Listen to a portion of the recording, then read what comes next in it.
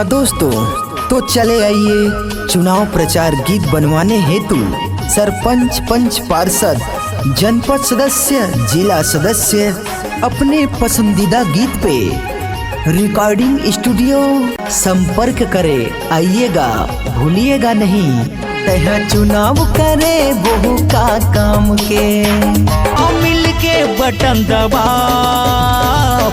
कमल फूल कमल फूल कमल फूल हवे जेकर निशान। कमल फूल हवे जेकर निशान। कमल फूल हवे जेकर निशान। कमल फूल हवे जेकर निशान। छा गए कमल फूल निशान। झन भुला हो जिता हो।